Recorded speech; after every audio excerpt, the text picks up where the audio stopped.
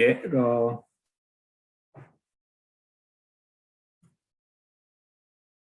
어디까지 들으셨죠? 피지컬 캐피탈에 대한 이야기. 예. 우리가 자본이라고 이야기를 하는데요. 펜이 또 잘 안 돼요. 그러면 이걸로 해야 됩니다. 예, 피지컬 캐피탈에 대한 이야기를 하고 있었고, 피지컬 캐피탈은 크게 이제 두 가지로 나눌 수 있다고 했습니다. 하나가, 예, 구조, 공장이라든가 이제 오피스 건물, 그 다음에 뭐 오피스 빌딩 이런 것들을 이제 가리키는 표현이고요. 그 다음에 이제 그런 구조물들 안을 채우고 있는 여러 가지 설비, 장치들이 있을 텐데 이것들을 우리가 이퀴먼트라고 합니다. 그래서 자본 스탁 혹은 뭐 자본이라고 하면 이제 우리가 이 두 가지를 가리키는 것이고요. 머신은 보통 우리가 이퀴먼트로 구분을 하고 빌딩 같은 것들은 이제 스트럭처가 되겠죠. 생산에 투입되는 이퀴먼트와 스트럭처를 우리가 자본 스탁이라고 부르고요.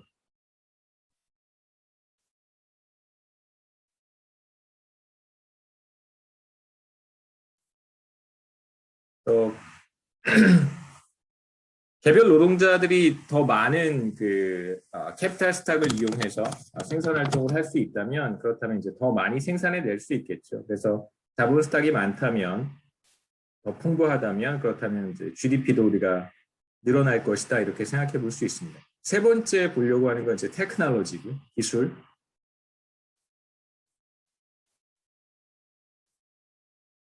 어떤 경제가 더 좋은 기술을 보유하고 있다면 그렇다면 그건 어떤 걸 의미하냐면 기술은 단순히 우리가 일상적인 용어로 사용하는 어떤 그런 그 굉장히 좋은 뭐 새로운 제품 혹은 뭐 전에 존재하지 않았던 어떤 그런 제품들을 가리키는 용어로 테크놀로지라고 하는 단어를 쓰기도 하는데 여기에서는 주로 똑같은 노동과 똑같은 크기의 노동과 똑같은 크기의 자본이 주어져 있을 때 더 많이 생산해 낼 수 있다면 그러면 더 좋은 기술을 보유하고 있다 이렇게 이야기를 합니다. 그래서 주어진 노동과 주어진 자본을 사용해서 더 많이 생산할 수 있다면 그러면 기술 수준이 높은 것이다 이렇게 이야기를 해요. 그래서 이제 기술을 우리가 일반적으로는 조금 다른 현실에서는 사용을 하지만 경제학에서는 주어진 노동과 자본을 보다 효율적으로 사용할 수 있는 방법이라고 정의를 합니다. 그래서 어떤 경제가, 어떤 국가가 더 나은, 더 좋은 기술을 가지고 있다면 당연히 뭐 우리가 공정혁신이라든가 제품혁신이라는 표현을 써서 이야기를 하는데 공정혁신은 기본적으로 이 두 가지 모두를 포함을 하는 내용이에요. 그러니까 프로세스 이노베이션이라고 우리가 이야기를 하는데 생산을 할 때 전보다 더 좋은 방법으로 생산을 할 수도 있고요. 그 다음에 이제 생산을 할 때 전과는 다른 방법으로 생산할 수 있습니다. 뭐 더 좋은 방법, 조금 더 효율적인 방법으로 오거나이즈를 다시 한번 해보는 것이죠. 그러니까 예전에는 이제 스마트폰 같은 경우를 그 라인 스마트폰을 조립할 때 이제 조립 부품들이 다 있잖아요. 뭐 액정도 있고 뭐 그다음에 배터리도 있고 뭐 등등등 이렇게 이제 최종 부품들이 다 도착하면 이 부품들을 하나로 조립해서 완성된 스마트폰을 하나 만드는데 그뭐 꽤 오래전 이야기긴 해요. 그 전까지는 사실 애플에서도 그렇게 팍스콘 같은 곳에서 조립을 할 때 라인에서 워커들이 이렇게 자기 차례가 되면 자기 파트를 끼는 방식으로 스마트폰을 조립을 했었는데 삼성전자에서 갤럭시를 만들 때 이제 그 공정 방식을 좀 바꾼 거예요. 두 번째에 대한 이야기입니다. 그러니까 뭐 더 좋은 방법 뭐랄까요? 뭐 기존에 존재하지 않았던 새로운 방식으로 완성품을 만드는 것도 우리가 생각해 볼 수 있겠지만 그 완성품을 만드는 것도 우리가 생각해 볼 수 있지만 지금 제가 말씀드리는 것은 기존의 생산 방식을 조금 바꾸는 형태라고 볼 수 있습니다. 그래서 공정혁신의 두 번째 경우는 한 사람한테 공장에 일하는 직원 한 사람한테 다양한 부품들을 다 주고 한 사람이 동시에 완제품을 만드는 방식으로 생산을 할 수도 있거든요. 그래서 이 두 가지를 비교해 봤더니 그러니까 생산 라인에서 자신의 위치에 제품이 오면 뭐 예를 들면 뭐 배터리만 부착하는 그런 작업을 그런 잡만 하는 사람의 경우와 각자 자기의 잡이 주어진 경우와 한 사람한테 모든 부품들을 다 주고 빠른 시간 안에 이렇게 조립하도록 하는 것과 비교를 했을 때 물론 이제 한 사람한테 모든 부품을 다 주고 한꺼번에 완제품을 만들어서 테스트한 다음에 포장하는 것까지 물론 이제 그렇게 할 때 인센티브를 줘야 되겠죠. 그래서 주어진 시간 안에 더 많은 완성품을 조립할 수 있다면 이제 보너스를 지급하는 그런 성과급 제도를 삼성전자에서 도입을 했었는데 이 둘을 비교해 봤더니 그때 당시 대략 벌써 한 5, 6년 전 얘기긴 한데요. 당시에 팍스콘 같은 데서 그러니까 애플 아이폰 하나 조립하는데 한 50초에서 60초 정도가 걸리는데 라인에서 조립을 하는 경우에는 삼성전자에서 한 사람한테 부품을 다 주고 조립하도록 시켰을 때 물론 당연히 성과급을 지급하고요. 그럴 때 그 시간이 약 제 기억으로 20초대 정도가 걸렸던 것 같아요. 20 몇 초. 그러니까 거의 조립 속도가 2배 정도 빨라지는 굉장히 새로운 방식은 아닌데 오버나이즈를 다시 해서 더 빠른 시간 안에 조립을 할 수 있는 그런 방식을 채택했다고 합니다. 그 다음에 이제 여기서 제가 여러분들께 소개하고 싶은 것은 생산함수인데요. 뭐 aggregate production function이긴 하지만 제가 노트북을 하고 있어서 펜 설정을 못 해가지고요. 이거 이제 그냥 생산함수라고 부르면 됩니다.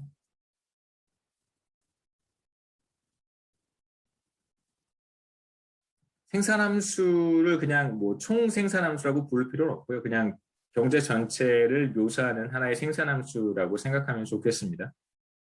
생산함수는 결과적으로 우리가 앞서 봤던 휴먼 캐피탈, 인적 자본, 그다음에 피지컬 캐피탈, 그냥 자본 스탁, 그다음에 세 번째는 테크놀로지에 의해서 GDP가 결정이 될 거예요. 다시 말하면 한 국가의 GDP라고 하는 것이 결국은 뭐 여러 곳에서 생산된 재화와 서비스의 결국 시장 가치겠지만 우리가 이게 어떻게 결정이 되는가를 조금 간단하게 표현할 수 있는 방법들이 몇 가지가 있어요. 그중에 이제 가장 간단한 방법은 한 국가 경제를 묘사하는 하나의 생산함수가 있어서 그 생산함수의 투입 요소로 들어가는 것들이 휴먼 캐피탈, 피지컬 캐피탈, 테크놀로지다. 이렇게 생각하고 휴먼 캐피탈이 많아지면 많아질수록 피지컬 캐피탈이 많아지면 많아질수록 기술 수준이 높으면 높을수록 더 많은 GDP를 생산해낼 수 있지 않을까라고 하는 하나의 이퀘이션을 생산함수라고 하는 하나의 방정식을 이제 표현하는 것입니다. 그래서 그 개념이 바로 생산함수고요. GDP라고 하는 것을 하나의 재화로 생각하시면 좋아요. 거시경제학을 하는 좋은 방법은 모든 것들을 이렇게 단순화하는 것입니다.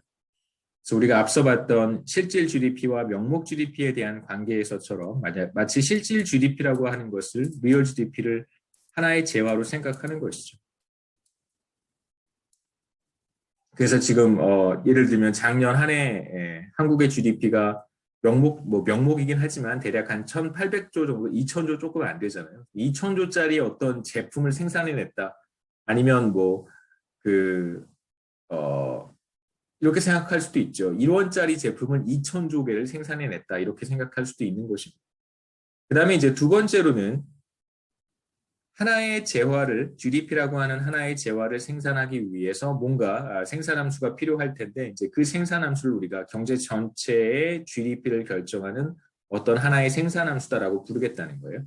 그래서 우리가 지금 보려고 하는 생산함수는 GDP라고 하는 것과 그다음에 여러 가지 생산 요소들, Factors of Production 우리가 생산 요소라고 부르죠. 생산 요소들, 이 생산 요소가 바로 뭐냐면 앞에 얘기했던 휴먼 캐피탈, 피지컬 캐피탈 같은 것들인데 약간 변형해서 여기에 포함하도록 하겠습니다. 이러한 생산 요소와 이제 GDP 사이의 어떤 수학적인 관계를 묘사해 놓은 것입니다. 이 둘 사이의 관계를 수학적으로 표현한 거예요. 수식으로 표현한 것이죠. 수학적이라고 하면 너무 수식으로 표현한 것입니다.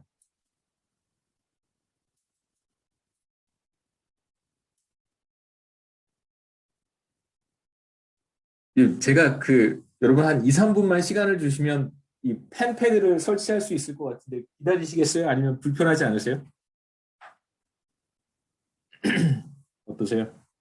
네, 시간을 조금 상관없어요. 주시면 자, 펜패드 설치를 하겠습니다. 어쩌다 이렇게 됐죠? 예, 예, 죄송합니다. 잠깐, 예, 잠깐 브레이크.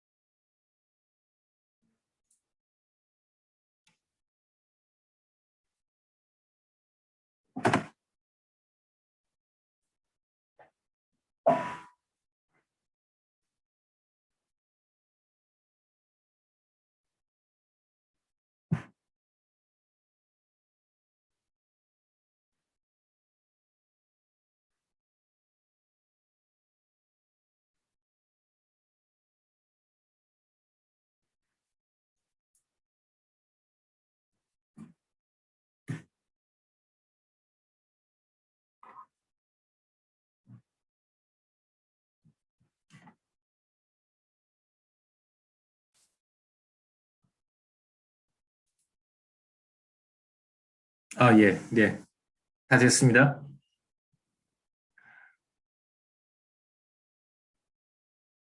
그래서 생산함수는 기본적으로 노동과 자본, 여기서 이제 단순히 노동으로 우리가 보지는 않을 거고요. 생산 요소와 GDP, 생산 요소가 어떻게 결합이 되어서 GDP가 만들어지는지를 보여주는 것이다라고 생각하시면 되겠습니다.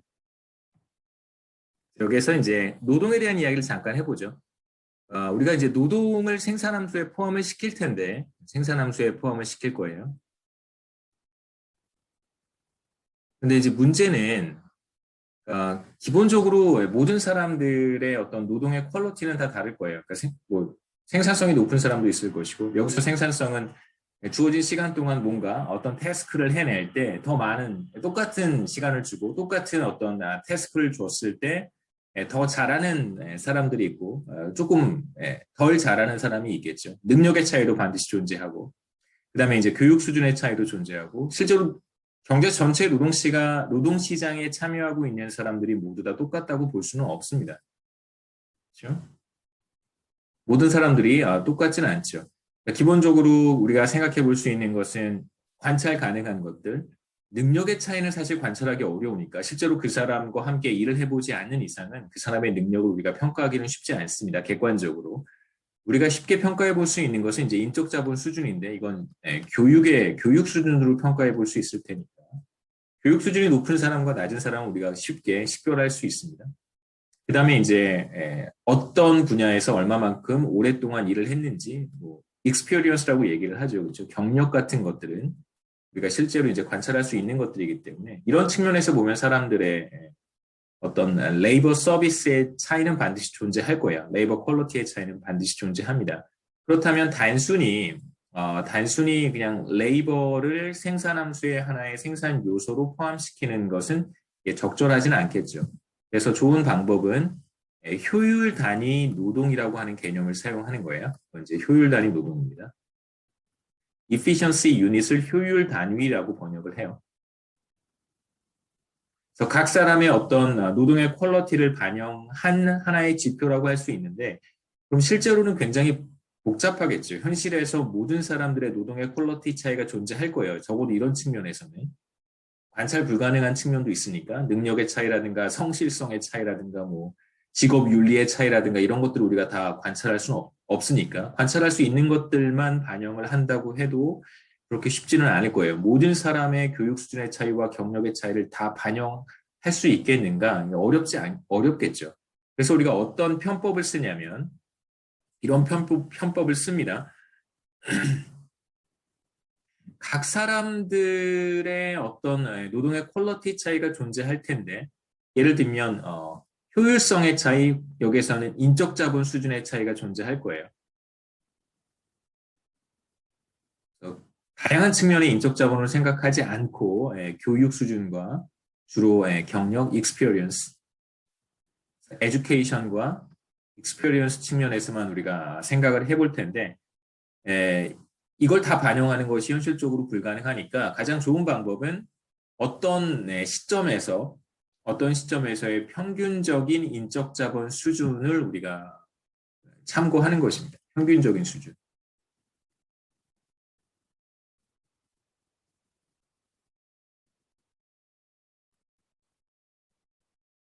그래서 예를 들면 대한민국의 2021년 어떤 평균적인 노동자의 인적 자본 수준이라고 하는 것이 있겠죠. 평균 교육 수준과 평균 경력이라고 하는 개념을 사용하는 거예요. 예를 들면 평균 교육 수준. 네, 요즘은 굉장히 많은 사람들이 대학을 가지만 이제 과거에는 그렇지 않았기 때문에 그 한국의 평균적인 노동자의 교육 수준이 대졸자다라고 아직은 말하기는 어려워요. 대략 한 10, 고등학교까지 졸업하면 교육 연수가 12년이 되는 거잖아요. 초등학교 6년, 중고등학교 6년에서. 그런데 제가 이렇게 데이터를 보면 평균 교육 연수가 아직 16년까지 도달하지는 못했어요. 왜냐하면 뭐 저보다도 나이가 많은 사람들, 여러분들보다 윗세대들의 평균 교육 연수가 그렇게 길지 않기 때문에 대략 지금 평균적으로 보면 한 15년 정도 도달한 것 같습니다. 15년. 대한민국의 평균적인 어떤 노동자의 평균 교육 수준은 대졸자도 있고 고졸자도 있겠지만 평균 해보면 한 15년 정도 나올 거고요. 14점 몇 년에서 15점 몇 년 그 정도 그 근방일 거예요. 이 정도를 우리가 어떤 인적 자본 수준으로 반영을 하겠다는 것이죠. 실제로 사람들 사이에 어떤 교육 수준의 차이는 존재하겠지만 평균적인 노동자의 교육 수준이 15년이다. 경력도 고려하면 좋겠지만 그냥 하나의 예로 제가 말씀을 드리는 거예요. 교육 수준 15년만 고려한다면 이제 이 H가 교육 수준에 대응하는 것이고요. 그렇다고 해서 H가 15년을 가리키는 것은 아닙니다. 그걸 적절하게 또 변형을 해야 돼요. 어떻게 변형하는지는 우리 관심사는 아니니까 그냥 넘어가겠습니다. 그다음에 이제 전체 노동자 수가 되겠죠. 단순히 전체 노동자 숫자만을 생각해서는 한 국가 내에서 경제 활동에 참여하고 있는 사람들의 숫자 자체가 의미가 있지는 않을 거예요. 레이버의 퀄리티가 변해가고 있을 테니까 시간에 따라서. 그다음에 이제 국가별로 우리가 소득 수준의 차이가 현격한 소득 수준의 차이가 존재한다는 걸 지난 시간에 살펴봤었습니다. 그렇기 때문에 그러한 국가 간의 소득 격차 중에 일정 부분은 각 국가별로 평균적인 레이버의 퀄리티 차이가 분명히 존재할 거예요. 교육 수준의 차이라든가. 뭐 여기에서 동일한 교육 수준을 보이고 있다고 하더라도 두 국가의 교육 수준이 똑같다고 하더라도 교육의 퀄리티 차이도 사실은 존재하니까 그렇게까지 깊게 들여다보기는 어렵습니다. 여하튼 단순히 이제 생산활동에 참여하고 있는 사람들 L만 고려하는 게 아니라 이제 여기에다가 평균적인 어떤 인적 자본 수준을 반영을 해서 L 곱하기 H라고 이제 표현하겠다는 것이죠. 그래서 우리가 생산함수의 어떤 생산 요소로 포함시키고 싶은 하나가 바로 효율 단위 노동입니다. 그래서 이 대문자 H가 효율 단위 노동이에요. 그래서 일반적으로는 효율 단위 노동이라고 한다면 근로자 수 곱하기 근로자 1인당 평균 생산성 이런 개념을 사용합니다. 근로자 1인당 평균 생산성. 여기서 이제 평균 생산성은 인적 자본 수준이 되겠죠. 그래서 효율 단위 노동이라고 하는 대문자 H, large H는 이제 두 가지의 영향을 받겠죠. 경제활동에 참여하는 사람들의 숫자가 늘어나면 늘어날수록 대문자 H는 커질 것이고, 그다음에 이제 평균적인 교육 수준이 상승한다든가 근로자 1인당 평균 생산성이 높아진다고 한다면, 퀄리티가 높아진다면 그렇다면 대문자 H도 상승할 거예요. 그 다음에 이제 두 번째 생산 요소로 우리가 고려하고 싶은 것은 바로 캐피탈입니다. 피지컬 캐피탈, 그냥 캐피탈, 자본이라고 해도 괜찮고요. 자본이라고 하면 뭐랄까요? 그냥 그런 거예요. 가구, 영어 지금 단어에 대한 설명인데 가구 하나, 가구 둘이라고 표현하지 않잖아요. 퍼니처 같은 경우에 그냥 가구라고 부르죠. 자본은 사실 가구와 같은 그런 식의 단어예요. 그래서 뭐 더 캐피탈이라고 표현하지 않고 이거 이제 우리가 그 수량 셀 수 있는 그런 명사로 사용하려면 보통 이제 자본 스탁이라는 표현을 사용을 합니다. 더 캐피탈 스탁이라고 표현을 하고요. 그 다음에 이제 가구라고 하는 퍼니처에 더 퍼니처라고 부르지 않는 것처럼 캐피탈도 마찬가지입니다. 그냥 캐피탈이라고 부르고 여기에 이제 어떤 경제가 얼마만큼의 건물이라든가 공장이라든가 이퀴먼트라든가 이런 것들을 보유하고 있는가 수량화하고 싶을 때는 이제 더 캐피탈 스탁이라는 표현을 써요. 뭐 그냥 참고로 알아두시고요. 가구 얘기까지. 당연히 어떤 국가가 더 많은 자본 스탁을 보유하고 있다면 평균적인 근로자 한 사람이 사용할 수 있는 자본의 양이 더 많은 거잖아요. 스타벅스에 가셨을 때 에스프레소 머신도 굉장히 많고 그다음에 뭐죠? 저기 프라푸치노 만드는 기계도 뭐 여러 개 있고 이러면 훨씬 더 짧은 시간 내에 더 많은 주문을 받을 수 있고 더 많은 이제 커피를 만들어낼 수 있을 거예요. 그런 측면에서 보면 캐피탈 스탁이 많아지면 많아질수록 당연히 더 많이 생산해낼 수 있습니다. 한 명의 노동자가 사용할 수 있는 자본의 양이 더 많아지기 때문에 그런 것이죠. 그래서 당연히 GDP는 높아질 거예요. 여기에서 이제 토지라든가 그 이외의 랜드죠. 토지라든가 혹은 이제 그 이외의 여러 가지 이제 자원들 이런 것들은 이제 따로 우리가 별도로 고려하지 않고요. 그럴 수도 있는데 큰 의미는 없어서 별도로 고려하지 않고 그냥 다 뭉뚱그려서 우리가 이걸 캐피탈 스탁에 포함시키도록 하겠습니다. 자본 스탁에 포함이 된다고 가정하겠습니다. 이제 여러분들은 이런 뭐죠? 이런 요소들, 뭐 토지라든가 뭐 이런 것들에 대해 그렇게 민감하진 않을 것 같아요. 옛날 사람들은 굉장히 민감했습니다. 제가 대학 다닐 때만 해도 이제 토지에 대해서 굉장히 사람들이 민감했었어요. 여러 가지 이제 이념 교육, 사상 교육에 많이 흔들리던 시기이기도 했기 때문에. 근데 지금은 경제 활동이라고 하는 것이 어떤 피지컬 로케이션 자체가 중요한 건 아니잖아요. 누가 토지를 더 많이 가지고 있느냐, 땅을 누가 더 많이 가지고 있느냐가 경제 활동에 있어서 그렇게 중요한 요소가 아니기 때문에 사실상 예 토지나 혹은 뭐 자원은 여전히 좀 중요한 이슈이긴 하지만 뭐 그래도 뭐 한국이라든가 홍콩이라든가 대만, 뭐 싱가포르 이런 우리와 비슷한 어떤 기간 동안 성장한 여러 국가들 생각해 보면 그다음에 이제 아프리카에 굉장히 많은 천연 자원, 석유라든가 이런 걸 엄청난 매장량을 보유하고 있으면서도 여전히 성장하지 못하고 있는 그런 국가들.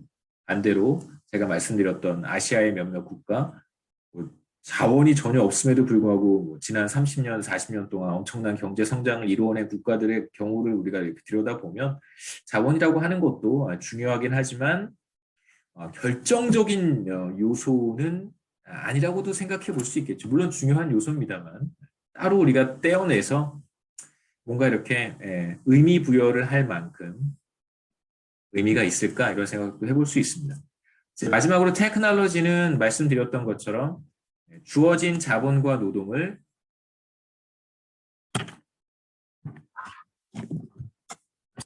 테이블이 막 꼬여가지고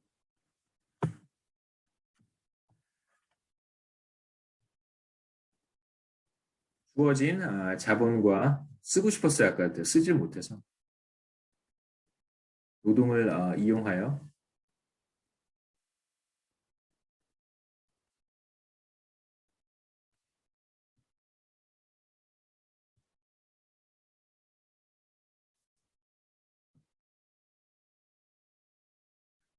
제가 여러분 중간 강의 평가한 거 제가 잠깐 봤는데요.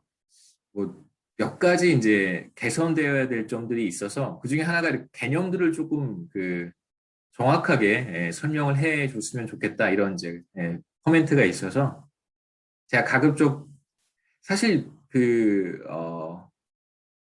이게 반드시 알아야 되는 개념들이 제 생각에는 제 기준으로 봤을 땐 그렇게 많지 않거든요. 그래서 제가 그냥 뭐 이렇게 설명할 수도 있으니까 그냥 넘어가는 건데 그런 부분들이 조금 아쉬웠을 것 같다는 생각이 많이 들더라고요. 그러니까 여러분들 입장에서는 어떤 용어 하나, 개념 하나하나가 사실은 굉장히 생소해서 조금 더 명쾌하게 제가 정의를 했으면 하는 생각이 있었을 것 같기는 해요. 제가 그 부분을 좀 놓쳤던 것 같습니다. 여기서 보다 많이 생산할 수 있다면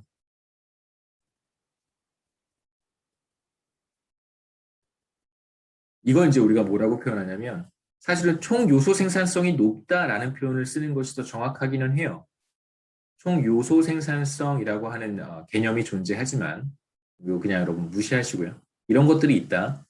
그러면 이제 기술 수준이 높다고 얘기를 합니다. 그래서 얼마나 효율적으로 활용할 수 있는가, 주어진 자본과 노동을 얼마나 효율적으로 사용할 수 있는가를 보여주는 하나의 지표라고 생각하시면 돼요.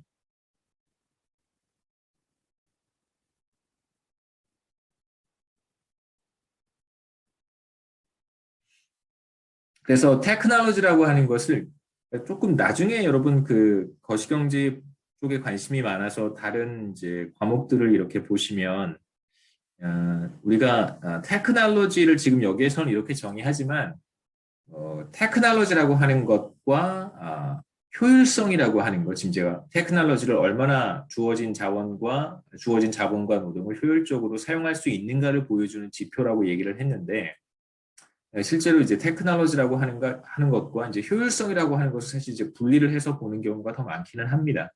여기에서 이제 그렇게까지 세분화해서 얘기할 필요가 없기 때문에 안 하는 거고요. 제가 왜 이렇게 가끔 정확한 개념을 여러분들한테 설명하지 않냐면 그게 정확할 필요가 없어서 그런 거예요. 그러니까 그냥 굉장히 자의적으로 이걸 우리가 이렇게 보는 거거든요. 근데 더 세분화해서 들어가면 그게 또 그렇지가 않아요. 그래서 제가 여기에서 이걸 너무 구체적으로 이게 이런 거다라고 정확하게 예, 개념화하게 되면 나중에 그게 틀린 얘기가 되어버릴 수 있거든요. 사실은 여기에서는 우리가 그냥 이렇게까지만 보자. 나중에 들어가면 또 더 세분화되면 또 다른 개념으로 해석될 수 있기 때문에 그런 부분은 있습니다. 여기에서는 테크놀로지를 효율성이라고 하는 개념과 똑같이 생각하지만 나중에 가면 테크놀로지는 테크놀로지고요. 효율성은 또 효율성이에요. 사실 이 두 가지를 뭉뚱그려서 테크놀로지와 효율성이라고 하는 것을 기술과 효율성이라고 하는 거, efficiency거든요. efficiency를 이렇게 하나로 묶어서 이것을 우리가 총 요소 생산성이라고 부릅니다. 영어로는 이제 total factor productivity. 이제 우리 교과서에 이런 얘기까지 나오지 않으니까 제가 이제 말씀드리지 않는 거고요. 이렇게 보는 것이 사실은 가장 괜찮아요. 이런 이제 구분 방식이. 근데 여기에서는 얘도 테크놀로지고 테크놀로지도 테크놀로지고 얘도 테크놀로지인 거예요. 이렇게 보겠다는 거죠. 그러니까 사실 이제 제가 여기에서 테크놀로지를 이렇게 정의해 버리면 나중에 여러분 조금 더 세분화해서 생각할 때 그때는 테크놀로지가 이게 아니었었는데 이런 생각을 갖게 될 수도 있다는 거죠. 여하튼 이제 생산함수에 우리가 테크놀로지도 포함을 시키겠습니다. 그래서 여기서 테크놀로지는 뭐 조금 더 설명하는 것보다는 제가 간단하게 생산함수를 보여드리면 도움이 될 것 같아요. 여러분이 보고 계시는 생산함수가 바로 이렇게 생겼습니다. y는 a 곱하기 뭐 something이죠, 그렇죠? 이건 이제 f는 함수라는 기호고요. f는 함수 기호고 k와 h는 얘는 이제 자본 스탁이고 h는 효율 단위 노동이었죠. efficiency unit of labor예요. 얘는 자본. 그러니까 자본과 노동이 어떻게 결합이 되어서 GDP를 결정할 것이다 라고 하는 걸 보여주는 거예요. 하나의 함수 기호로 나타냈는데 많이 사용하는 생산함수의 형태는 이렇습니다. 제가 예를 하나 들어서 써보면 가장 많이 거시경제학에서 사용하는 생산함수는 이런 형태. K의 3분의 1승, H의 3분의 2승 이런 생산함수를 가장 많이 사용합니다. A 곱하기 something이죠. 그렇죠? 얘가 바로 F의 KH라고 생각하시면 돼요. 좀 복잡한 형태의 함수라고 생각하시면 되는데 그냥 조금 더 쉽게 생각할 수 있는 방법은 이런 함수라고 생각하시면 되죠. square root K, square root H 이렇게 루트 K 곱하기 루트 K, 루트 H, 루트 K 곱하기 루트 H 이게 그냥 하나의 F다라고 생각하시면 돼요. 그래서 여기서 사실 구분하셔야 되는 것은 뭐냐면 결국은 A도 Y의 GDP에 영향을 미치고, 그래서 Y는 GDP입니다. A도 GDP에 영향을 미치고, K도 GDP에 영향을 미치고, H도 GDP에 영향을 줘요. 그런데 여기에서 이제 조금 눈여겨 보셔야 되는 것은 어떤 것이 두 배가 되었을 때 정확히 그 임팩트가 그대로 전달이 되는 것이 있고 그렇지 않은 게 있어요. 예를 들면 이제 A는 그렇죠. A가 두 배가 되면 Y도 두 배가 돼요. 그래서 테크놀로지라고 하는 것은 A가 테크놀로지입니다. 사실은 더 좋은 표현은 총 요소 생산성이에요.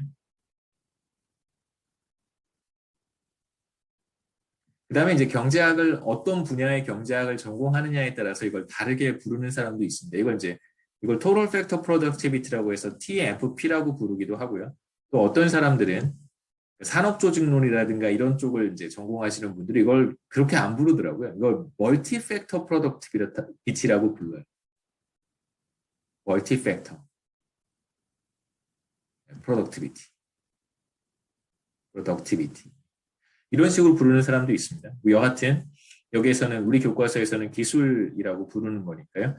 기술이 두 배가 되면 기술 수준이 두 배가 되면 GDP가 그냥 두 배가 돼요. 하지만 K나 H는 그렇지 않죠. 일단 루트를 취하면 두 배가 됐을 때 K가 두 배가 됐을 때 K의 임팩트는 1.414밖에 안 되잖아요. 루트 2밖에 영향을 미치지 못합니다. 이제 그러한 차이가 있다는 것 정도만 눈여겨보시고 그다음에 이제 K의 효과, H의 효과, A의 효과. 다시 말하면 생산 요소들과 기술 수준의 변화가 GDP에 어느 정도나 영향을 미치는가를 조금 더 보도록 하겠습니다. 혹시 여기 질문 있으세요?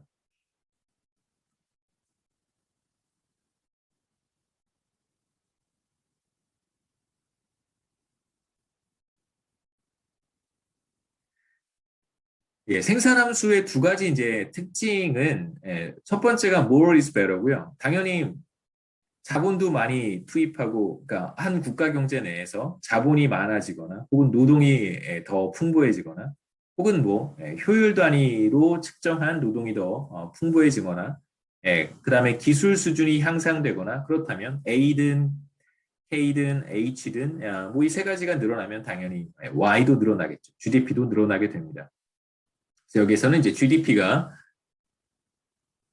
자본이라든가 노동이 늘어날 때 효율 단위 노동이죠, 그렇죠? 늘어날 때 GDP가 늘어난다 이렇게 이제 얘기를 하고요.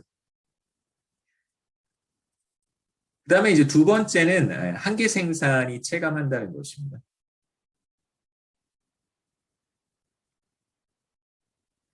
여기서 한계 생산이 체감하는 것은 두 가지예요. 자본과 노동입니다. 기술은 그렇지 않아요. 자본에 대해서 그다음에 노동에 대해서만 우리가 한계 생산이 체감한다. 노동, 효율 단위 노동입니다. 제가 뭐 특별히 구분하지 않는 이상은 지금부터 노동이라고 하면 효율 단위 노동이라고 생각하시면 좋겠어요. 저희 한계 생산 체감이 어떻게 작동하는지 이제 그림을 통해서 보면 여기에서 세로축이 GDP고 가로축이 자본 스탁이에요.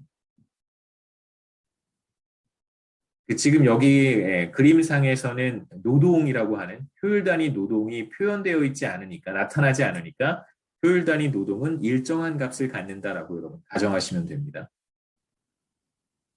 효율 단위 노동은 일정한 값을 가져요. 변하지 않는다는 뜻이죠. 자, 이런 상황에서 자본 스탁을 이렇게 조금 투입하고 있을 때와 자본 스탁을 조금 많이 투입하고 있을 때 혹은 한 국가 경제가 자본 스탁을 조금만 보유하고 있는 경우 뭐 대한민국의 한 30년 전, 40년 전이라고 생각하시면 되겠죠. 그다음에 이제 지금의 현재 상황. 이거 지금 현재라고 생각하시면 되고요. 그다음에 이건 뭐 한 30년 전 혹은 20년 전이라고 생각하시면 되겠죠. 아니면 뭐 서로 다른 두 개의 국가를 비교하셔도 괜찮아요. 효율 단위 노동은 두 국가가 똑같은데 한 국가는 자본 스탁이 조금 더 풍부하고 다른 한 국가는 자본 스탁이 조금 부족한 두 국가를 비교하셔도 좋습니다. 여하튼 점 A와 점 B를 우리가 비교해 보려고 하는데 점 A에서 자본 스탁이 한 단위 늘어났을 때 이만큼이 한 단위라고 생각하세요. 원 유닛입니다. 도대체 원 유닛이 얼마만큼이냐 중요하지 않아요. 예, 뭐 100조라고 생각하셔도 괜찮고 1000조 원이라고 생각하셔도 괜찮고 뭐 1달러라고 생각하셔도 상관없습니다. 그냥 한 달이 늘어난 거예요. 건물 하나라고 생각하셔도 괜찮고 컴퓨터 한 대라고 생각하셔도 괜찮습니다. 자본이 한 달이 늘어났을 때 그때 추가로 늘어나는 산출량의 크기가 바로 요만큼이겠죠. 이게 이 규모가 뭘 가리키냐면 자본이 한 달이 늘어났을 때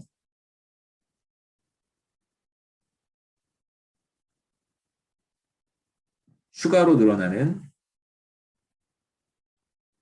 산출량의 크기입니다. GDP의 크기죠, 그렇죠? 산출량이 GDP니까. 여기서 이제 조금 보셔야 되는 건 A에서 출발한 거예요. 현재 자본 스탁 그래프상에서는 A에서 출발한 것이고 자본 스탁이 지금 여기에서 이 수준에서 한 단위 늘어났을 때 추가로 늘어나는 GDP의 크기가 바로 제가 여기 동그라미 쳐놓은 요만큼이고요. 자, 이제 현재로 왔습니다. 지금까지 얘기는 이제 30년 전이고요. 현재로 와서 만약 여기에서 똑같이 자본 스탁이 한 단위 늘어난다면 이 길이랑 같은 거예요. 만약에 다르게 보이면 착시 효과입니다. 저도 안 재봤는데 다르게 보이면 착시 효과라고 생각하시면 현재에서 이제 자본 스탁이 한 단위 늘어난다면 그러면 마찬가지로 생산량이 늘어날 거예요. 왜냐하면 보셨듯이 more is better니까 당연히 GDP는 늘어나야 됩니다. 노동이 일정하게 주어져 있을 때.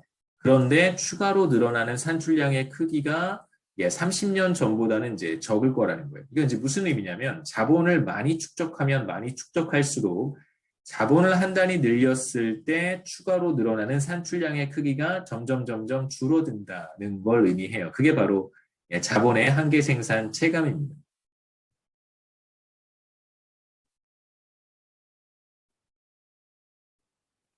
한 번 더 해보면 자본 스탁을 이만큼 보유하고 있을 때 추가로 한 단위 자본을 늘리면 GDP가 거의 늘어나지 않죠. 그렇죠?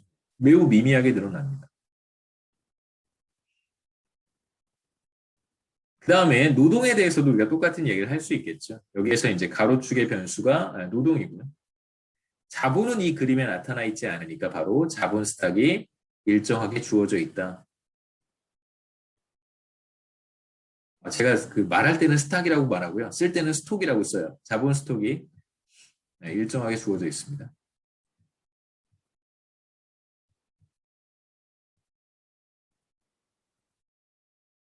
입에 붙어서 그러니까 여러분 스톡은 손에 붙었고 스탁은 입에 붙어서 그런 거니까 이해해 주세요.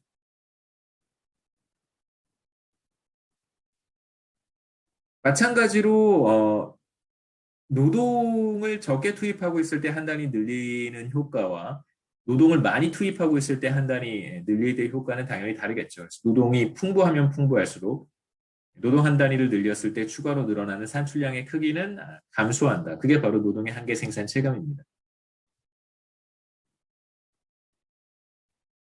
이 두 가지 성질 하나는 이제 the more the merrier, more is better고요. 두 번째가 이제 한계 생산이 체감한다는 거예요. 두 가지 성질을 생산함수가 보인다는 것입니다. 그 다음에 이제 세 번째 테크놀로지에 대한 이야기를 해야 되는데요. 테크놀로지는 아까도 얘기했던 것처럼 두 배가 되면 항상 두 배가 되면 GDP가 두 배가 돼요. 이건 A는 한계 생산 체감으로부터 자유로운 것입니다. 이건 그런 의미에서 굉장히 중요한 컴포넌트이기도 해요. 그 국가 간의 GDP 차이를 결정하는 사실 매우 중요한 요소입니다.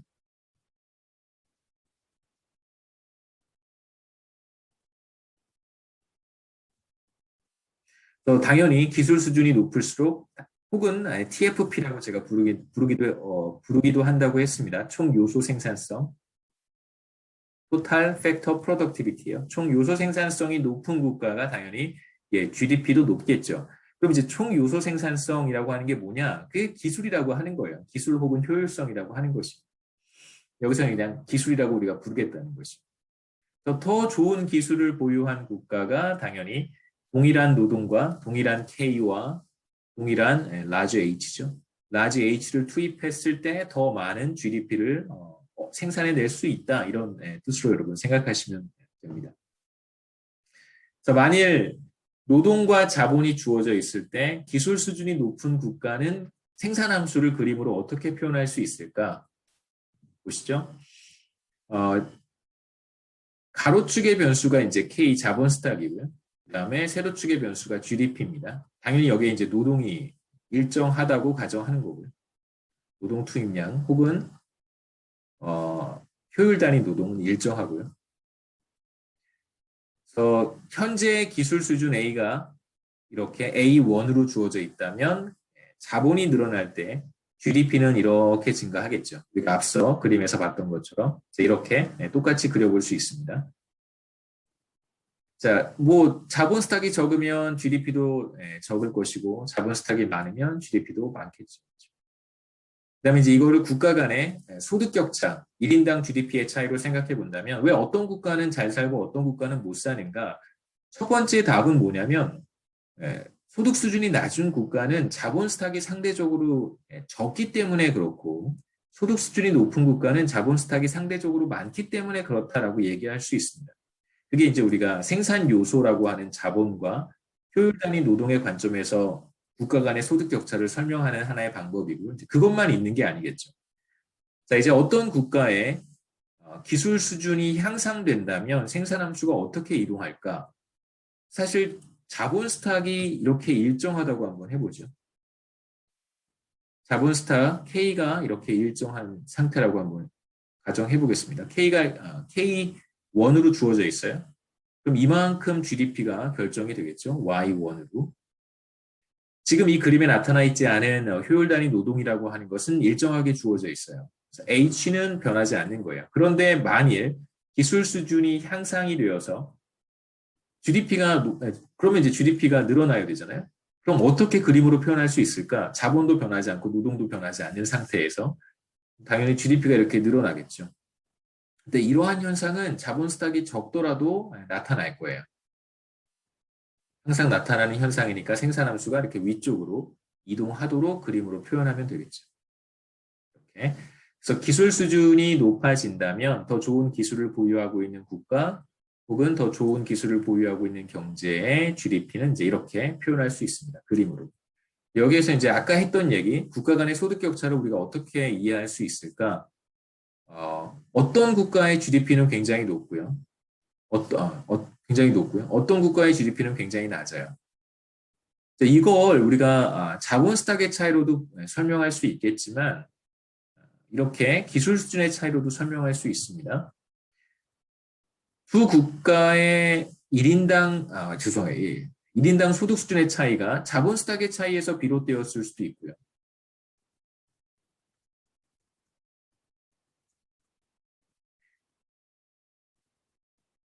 혹은 이렇게 기술 수준의 차이에서 비롯되었을 수도 있어요. 이게 컨트리 A고 컨트리 B라고 한번 해보죠. 컨트리 B가 훨씬 더 잘 사는 국가죠. 그렇죠? GDP가 더 높은 국가입니다. 사실은 1인당 GDP로 비교해야 되겠지만 그냥 간단하게만 말씀드릴게요. 이 두 국가의 GDP의 차이가 사실 굉장히 커요. 컨트리 A와 컨트리 B 사이의 소득 격차를 줄이기 위해서 어떤 정책을 시행할 수 있냐면 컨트리 A의 자본 스탁을 막 늘려주는 거예요. 더 많은 컴퓨터, 더 많은 공장, 더 많은 오피스 빌딩 이런 걸 막 지었어요. 그러면 이제 자본 스탁이 컨트리 B만큼 이렇게 늘어나겠죠. 이렇게 이동해 갈 거예요. 생산함수를 따라서. 그렇다고 하더라도 컨트리 B와 같은 수준의 자본 스탁을 보유하게 만들어 준다고 하더라도 소득 격차는 없어지지 않죠. 여전히 이만큼 존재합니다.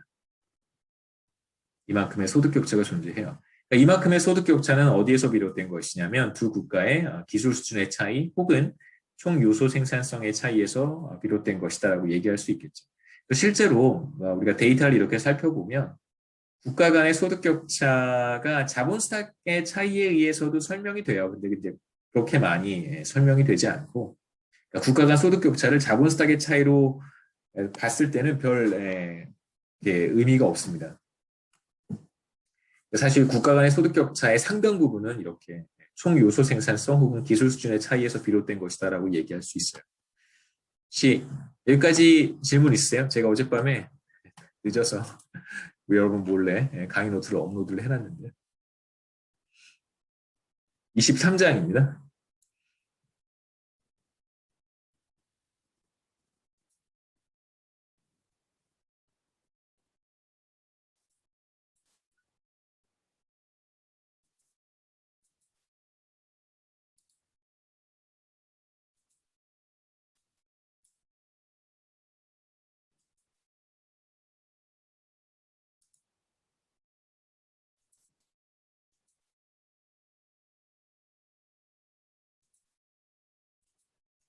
예, 21장, 22장은 이제 스킵하고요. 뭐 제도와 경제 성과 이런 것들에 대한 이야기이긴 한데 뭐 지금 여러분이 몰라도 크게 뭐 이렇게 문제가 없을 것 같아서 다른 2학년, 3학년 과목을 수강하는 데 있어서 큰 어려움이 없을 것 같아서 스킵하고요.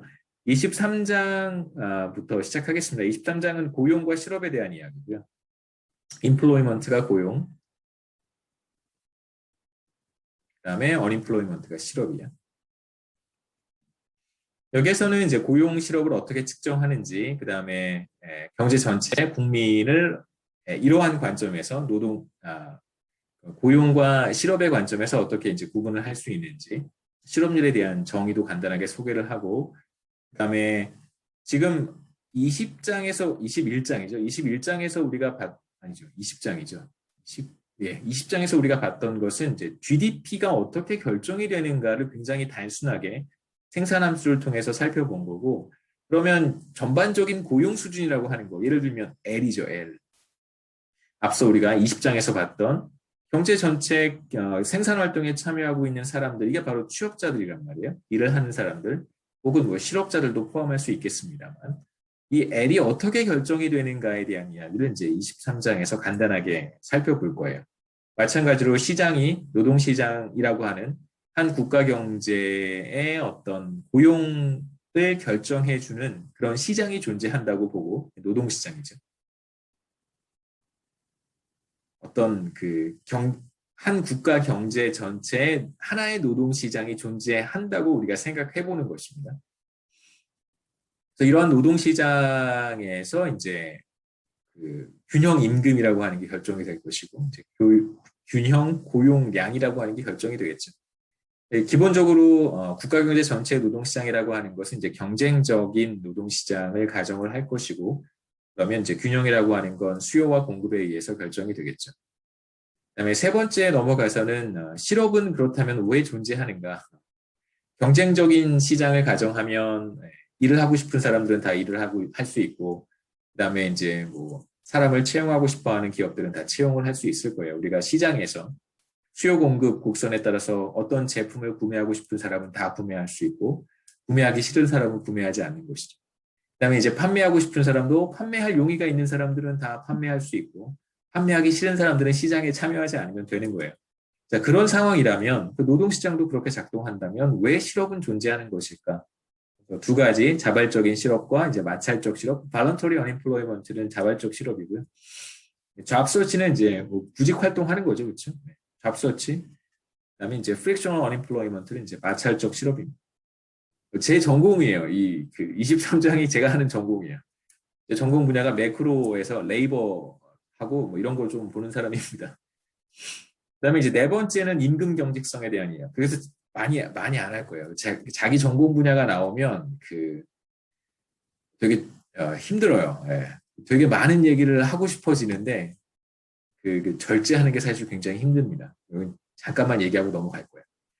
네 번째는 웨이지 리지디티는 임금 경직성이고요. 임금이 시장에서 가격이 이렇게 신축적으로 조정이 되는 것을 이제 신축적이라고 얘기를 하고, 수요와 공급에 의해서 가격이 막 변할 수 있잖아요. 근데 웨이지도 마찬가지로 노동시장에서 수요와 공급에 의해서 이렇게 변할 거예요. 상승하기도 하고 하락하기도 하고. 근데 이제 웨이지가 대체로 그렇게 쉽게 변하지 않죠. 여러분만 취업하실 때 어떤 형태로 취업을 하게 될지는 잘 모르겠지만 나중에 일을 시작하게 되면 고용계약서 같은 거 작성한단 말이에요. 그럼 이제 어떤 경우에는 그 연봉 금액이 고용계약서에 이렇게 명시가 되는 경우도 있고 명시가 안 되는 경우도 굉장히 많습니다. 내가 얼마 받는지 모르는 거야. 이제 1년 동안 임금 고용계약서에 이제 연봉이 이렇게 명시가 된다고 하더라도 그건 뭘 뜻하냐면 1년 동안 여러분의 월급은 변하지 않는 거예요. 연봉이 결정이 되어 있으니까. 기본적으로 이제 1년 동안의 여러분의 웨이지는 경직적인 거죠. 이런 상황을 우리가 생각해 볼 수 있는 거예요. 임금 경직성과 이제 구조적 실업에 대한 이야기. Structural unemployment는 구조적 실업입니다. 그래서 몇 가지 이슈들을 여기서 볼 텐데요. 첫 번째는 미니멈 웨이지 러는 이제 최저임금 제도. 두 번째 레이버 유니언스는 노동조합. 컬렉티브 바거닝은 단체 교섭이라는 뜻이죠. 단체 교섭. 그다음에 세 번째는 efficiency wage는 이제 효율 임금이라고 번역하는데 구체적으로 뭘 뜻하는지는 나중에 다 제가 설명을 하겠습니다. 효율 임금. 네 번째는 이제 downward wage rigidity는 임금의 이거 좀 옛날에 다 번역된 말이어서요. 그 임금의 하방 경직성 이렇게 번역해. 임금의 하방 경직성. 이게 무슨 뜻이냐면 아래쪽으로 잘 안 떨어지는 거예요. 웨이지가 이렇게 위로 올라갈 때는 좀 잘 올라가요. 올라가는데 상승하는데 웨이지가 그러니까 리세션 같은 경우에는 이제 웨이지가 하락할 수도 있겠죠. 그렇죠? 웨이지가 이렇게 하락하는데 웨이지가 웬만해서는 잘 하락하지 않는 거예요. 상승할 때는 잘 상승하는데 아래쪽으로는 굉장히 경직적이라는 거죠. 하락할 때는 잘 하락하지 않는 그냥 다운워드 웨이지 리지디티라고 얘기하는 게 좀 더 편합니다. 임금의 하방 경직성, 아래쪽 방향으로 경직적이어서 잘 안 떨어진다는 뜻이에요. 그 다음에 이제 다섯 번째는 이제 경기적 실업, cyclical unemployment가 경기적 실업입니다. 그 다음에 이제 자연 실업률, natural rate of unemployment는 이제 자연 실업률이라고 하는데 뭔지는 그때 가서 또 제가 자세하게 설명하겠습니다. 대충 설명하겠습니다. 자세하게 봐도 그렇게 중요하지 않기 때문에 여기서 지금 뭐 여러 가지 실업들이 등장하잖아요. 뭐 자발적 실업, 비자발적 실업, 뭐 마찰적 실업, 뭐 구조적 실업, 그다음에 경기적 실업. 실업의 종류가 이런 게 있다라고 생각하시면 안 돼요. 이건 뭐 이렇게 딱 구분이 되는 게 아니에요. 실업을 카테고라이즈 하는 게 아니라 이럴 때 이렇게 나타나는 실업을 우리가 뭐 자발적 실업이라고 부르는 거고요. 이럴 때 나타나는 실업을 우리가 그냥 마찰적 실업이라고 부르는 거예요. 그러니까 그런 실업에는 예를 들면 voluntary unemployment의 경우에 거기에 다른 어떤 경기적 실업 이런 것들이 포함이 되어 있지 않은 게 아니에요. 완전 배타적이지 않습니다. 다 이렇게 인터랙션이 있어요. 서로 다 포함이 되는 것이기 때문에 뭐 이렇게 구분해서 이 실업과 저 실업은 완전히 다른 것이다 이렇게 생각하시면 안 됩니다. 현실은 그렇지 않죠, 그렇죠. 미시경제학은 잘 모르겠어요. 근데 거시경제학은 이제 현실에서 온 전형적인 현실에서 온 학문이기 때문에 현실을 배제하고 이런 게 있고 저런 게 있고 이렇게 구분이 되고 저렇게 구분이 된다는 얘기를 아무리 해봐야 별 의미가 없어요. 왜냐하면 현실은 그렇지 않으니까. 거시경제학은 현실을 설명하는 학문이란 말이에요. 현실을 잘 설명을 하고 필요한 정책도 우리가 제안을 해야 되고 어떤 정책을 정부가 시행하면 엄청나게 비판도 해야 되는 거예요. 말도 안 되는 정책이라고 욕을 막 해도 괜찮아요. 그게 거시경제학자들이 가지고 있는 특권이자 권한의 남용이라고 할 수 있겠죠. 여기에서는 이제 먼저 고용과 실업을 측정하는 걸 간단하게 소개를 할 텐데, 우선은 우리가 이제 생각하는 어떤 집단, population이라고 하는 것은 기본적으로 15세 미만은 포함하지 않습니다. 미국 기준으로는 16세 미만은 포함시키지 않고요. 16세 이상만, 마찬가지로 child labor는 불법이잖아요. 15세 미만에 해당하는 사람들을 데려다가 일을 시킬 수 없습니다. 그래서 이제 우리가 반드시 생각해야 되는 것은 15세 이상 인구만 생각할 수 있고요. 그 다음에 이제 이 가운데에서도 군 복무중이거나 뭐 경찰 이런 이제 의무 복무하고 있는 사람들, 그 다음에 이제 군에 있는 사람들은 기본적으로 포함이 되지 않습니다. 군 복무 중인 사람들 다 배제하고요. 그 다음에 이제 또 어떤 사람들을 배제해야 되냐면, 이제 심신장애 이런 것들로 인해서 장기간 병원에 입원해 있는 사람들이라든가 혹은 이제 요양원 같은 데 계시는 분들, 널싱홈이 그런 곳이죠. 요양원 같은 데 계신 분들도 기본적으로 포함하지 않습니다. 우리가 생각하는 어떤 이제 population이라고 하는 인구라고 하면 모든 인구가 다 포함이 되는데 지금 고용, 실업 이렇게 노동시장에 참여하는가 참여하지 않는가에 대한 이야기를 할 때는 이 요양원에 계시는 분들도 우리가 배제를 하고요. 그 다음에 이제 교도소에 있는 이걸 이제 기관에 속한 사람들이라는 의미로 institutionalized people이라고 부르는데 이거 그냥 요양원에 있는 사람들과 교도소 재소자들이라고 생각하시면 돼요. 이런 사람들 다 배제하고 나머지 15세 이상 인구, 이제 미국 기준으로는 16세 이상 인구입니다. 이 사람들을 이제 영어로는 civilian non-institutional population이라고 부르는데 당연히 civilian이라는 뜻에는 군 복무 중인 사람이 배제되어 있기 때문에 civilian이라는 표현을 쓰는 거고요. 그다음에 non-institutional이라는 표현을 쓰는 것은 institution에 있는 사람들을 배제했기 때문에 non-institutional population이라는 표현을 씁니다. 한국에서는 그냥 15세 이상 인구라고 불러요. 그 다음에 이제 우리 교과서에서는 이 15세 이상 인구 혹은 civilian non-institutional population을 potential worker라고 부릅니다. 굳이 이거 제가 번역하지 않을게요. 왜냐하면 번역해서 쓰지 않아요. 이런 단어가 존재하지 않습니다. 우리 그 한국어에는 potential worker에 대응하는 그런 개념이 없어요. 그래서 그냥 15세 이상 인구예요, 이건. 15세 이상 인구라고 했을 때 이 사람들과 이 사람들은 포함되지 않습니다.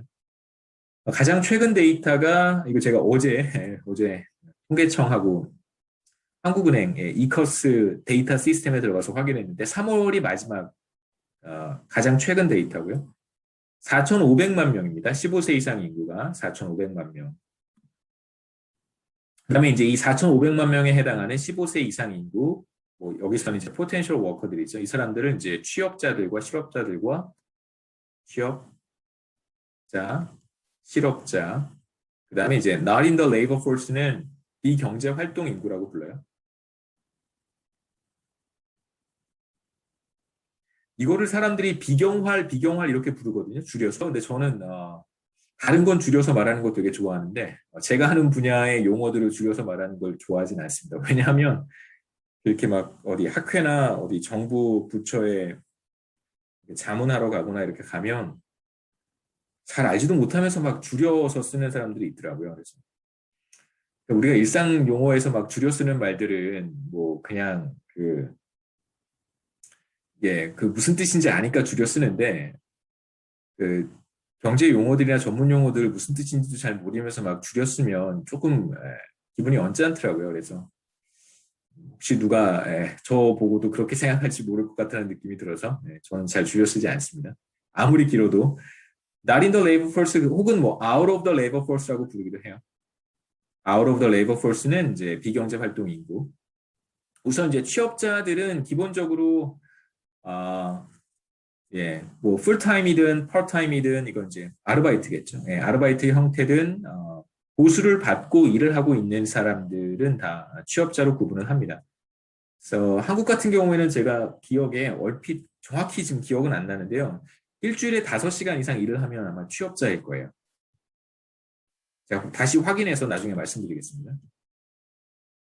일주일에 5시간으로 알고 있어요. 최소 5시간 일을 하면 이 사람은 이제 취업으로 구분을 하고요. 그 다음에 이제 반대로 실업자들은 이제 크게 3가지를 충족을 해야 되는데 우선 첫 번째는 현재 일자리가 없어야 되고 두 번째는 지난 4주 동안 적극적으로 구직 활동을 해야 됩니다. 그래서 보통 이제 두 번째 주에 설문조사를 하거든요. 매월 두 번째 주나 세 번째 주에 설문조사를 하는데 한 대략 2,000가구 정도를 대상으로 해서 샘플이 있습니다. 설문조사를 하는데 그 조사 대상 주간, 지금 우리가 5월 6일이니까 예를 들면 이제 사실은 지금 주간에는 조사를 안 해요. 첫째 주에는 조사를 안 합니다. 뭐 예를 들면 지금 조사를 한다고 하면 이번 주를 포함을 해서 지난주, 지지난주, 지지난주, 지난 이제 3주까지 포함이 되겠죠. 이번 주 포함해서 지난 3주, 총 4주 동안 적극적으로 구직 활동을 했는가. 여기서 적극적이라는 게 되게 중요하죠. 그렇죠? 그냥 뭐 이렇게 인터넷 이렇게 서치하고 이런 거는 사실 포함이 되지 않습니다. 뭐 구직센터를 통해서 잡을 알아본다든가, 뭐 정부 혹은 민간 이런 곳을 통해서 이제 적극적으로 구직 활동을 하고 인터뷰도 다녀야 되고요. 그다음에 세 번째는 지금이라도 잡 오퍼가 오면 그걸 수락할 수 있어야 돼요. 3가지 조건이 다 만족이 되면 그 사람을 이제 실업자로 우리가 간주를 합니다. 해고된 사람들, 레이오프와 파이어는 기본적으로 다르죠. 파이어는 뭐 직원에게 문제가 있어서 그 해고 당한 사람이고요. 그 레이오프는 경영상의 이유로 고용 관계를 종료한 것입니다. 레이오프 된 사람들도 이제 적극적으로 구직 활동을 한다면 다 실업자로 카운트를 하고요. 그다음에 이제 여러분들 같이 지금 학생들이거나 혹은 이제 가사노동 집에서 이제 가사노동에 종사하는 사람들은 실업자에 포함이 되지 않겠죠. 기본적으로 구직 활동을 하지 않으니까. 그래서 2021년 올해 3월 기준으로 실업자들의 수는 이제 110만 명 정도, 110만 명 조금 되지 않습니다. 4월 달 데이터는 아직 안 나왔어요. 왜냐하면 보통 한 3, 4주 정도 걸려요. 그래서 5월 중순 넘어가야 4월 데이터가 공표가 될 거예요. 여기까지 하면 될 것 같습니다. 혹시 질문 있으세요? 오늘 좀, 어, 예스. 컴퓨터를 한번 싹 정리를 했는데 어제 이런 문제가 생길 줄 몰랐네요. 시스템에 문제가 있어서 죄송합니다. 질문 있으시면 질문하시고, 예, 다음 주 화요일에, 예, 보죠. 질문 있으세요? 죄송합니다. 시스템에 문제가 있었습니다.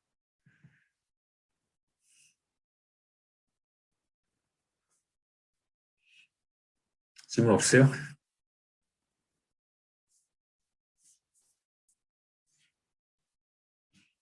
여기까지 할까요? 네.